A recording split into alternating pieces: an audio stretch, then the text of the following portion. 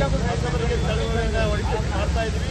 ಕಸ ಹೊಡೆಯೋದ್ರ ಮೂಲಕ ನೀವೇನಾದರೂ ಆದಷ್ಟು ಬೇಗ ರೈತರ ಪರವಾಗಿ ಕೆಲಸ ಮಾಡಿದ್ರೆ ಓಪನ್ ಮಾಡಿದ್ರೆ ಯಾವ ರೀತಿ ಕಸ ಗುಡಿಸುವಾಗ ನಿಮ್ಮ ಸರ್ಕಾರವನ್ನ ಕಸ ಗುಡಿಸುವಂಥ ನಿರ್ಮಾಣಕ್ಕೆ ಬರ್ತಕ್ಕಂಥ ಎಚ್ಚರಿಕೆಯನ್ನು ಕೊಡ್ತಾ ಇದ್ದೀವಿ. ಅದರ ಜೊತೆಗೆ ಏನು ನಮ್ಮ ಈಗಾಗಲೇ ಈ ಹೋರಾಟ ಲಕ್ಷ್ಮೇಶ್ವರದ ಹೋರಾಟ ನೋಡ್ರಿ ಯಾರ್ಯಾರು ಗುಣಗಾನ ಮಾಡ್ತಾರೆ ಅಂದ್ರೆ ಈಗಾಗಲೇ ನಮ್ಮ ರಾಜ್ಯದ ಏನು ಭಾಜಪ ಪಕ್ಷದ ರಾಜ್ಯಾಧ್ಯಕ್ಷರಾದಂಥ ವಿಜೇಂದ್ರರವರು ಈ ಲಕ್ಷ್ಮೇಶ್ವರದ ಹೋರಾಟವನ್ನ ಹಲವಾರು ಬಾರಿ ಅವರು ಪ್ರಶಂಸಿಸಿದ್ದಾರೆ. ಈ ಹೋರಾಟ ಬಹಳ ಅವಶ್ಯಕತೆ ಇದೆ. ಮೆಕ್ಕೆಜೋಳದ ಬೆಂಬಲ ಬೆಲೆ ಕೇಂದ್ರ ಈಗಾಗಲೇ ಆಗಲೇಬೇಕು.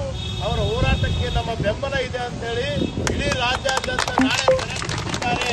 ಈ ಬೆಂಬಲ ಲಕ್ಷ್ಮೇಶ್ವರದ ಹೋರಾಟಕ್ಕೆ ನಮ್ಮ ಬೆಂಬಲ ಇದೆ. ಏನು ಈ ಖರೀದಿ ಕೇಂದ್ರ ಓಪನ್ ಆಗ್ಬೇಕಂತೇಳಿ ರಾಜ್ಯಾದ್ಯಂತ ಎಲ್ಲ ತಾಲೂಕು ಎಲ್ಲ ಮಂಡಳಗಳಲ್ಲಿ ಅವರು ಕೂಡ ಹೋರಾಟವನ್ನು ಮಾಡ್ತಾ ಇದ್ದಾರೆ.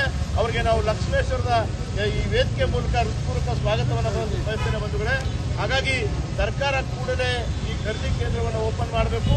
ಇನ್ನೂ ಅನೇಕ ಹೋರಾಟಗಳನ್ನು ನಾವು ಇವತ್ತು ಗಂಭೀರವಾಗಿ ತಗೊಂಡಿದ್ದೀವಿ. ನಾವು ಶಾಂತವಾಗಿ ಇಲ್ಲ ಅಂತ ಹೇಳಿದ್ವಿ.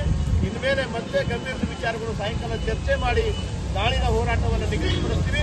ನಾಳೆ ಮತ್ತೆ ಸಂಗೊಳ್ಳಿ ರಾಯಣ್ಣಂದು ಹಾಗೂ ನಾಳೆ ಚೆನ್ನಮ್ಮನ ಜಯಂತಿಯಲ್ಲಿ ಈ ವೇದಿಕೆಯಲ್ಲಿ ಆಚರಣೆ ಮಾಡ್ತಾರಿಂದ ಸಾಕಷ್ಟು ಸಂಖ್ಯೆಯಲ್ಲಿ ನಮ್ಮ ರೈತ ಬಂಧುಗಳು ಬರಲಿದ್ದಾರೆ.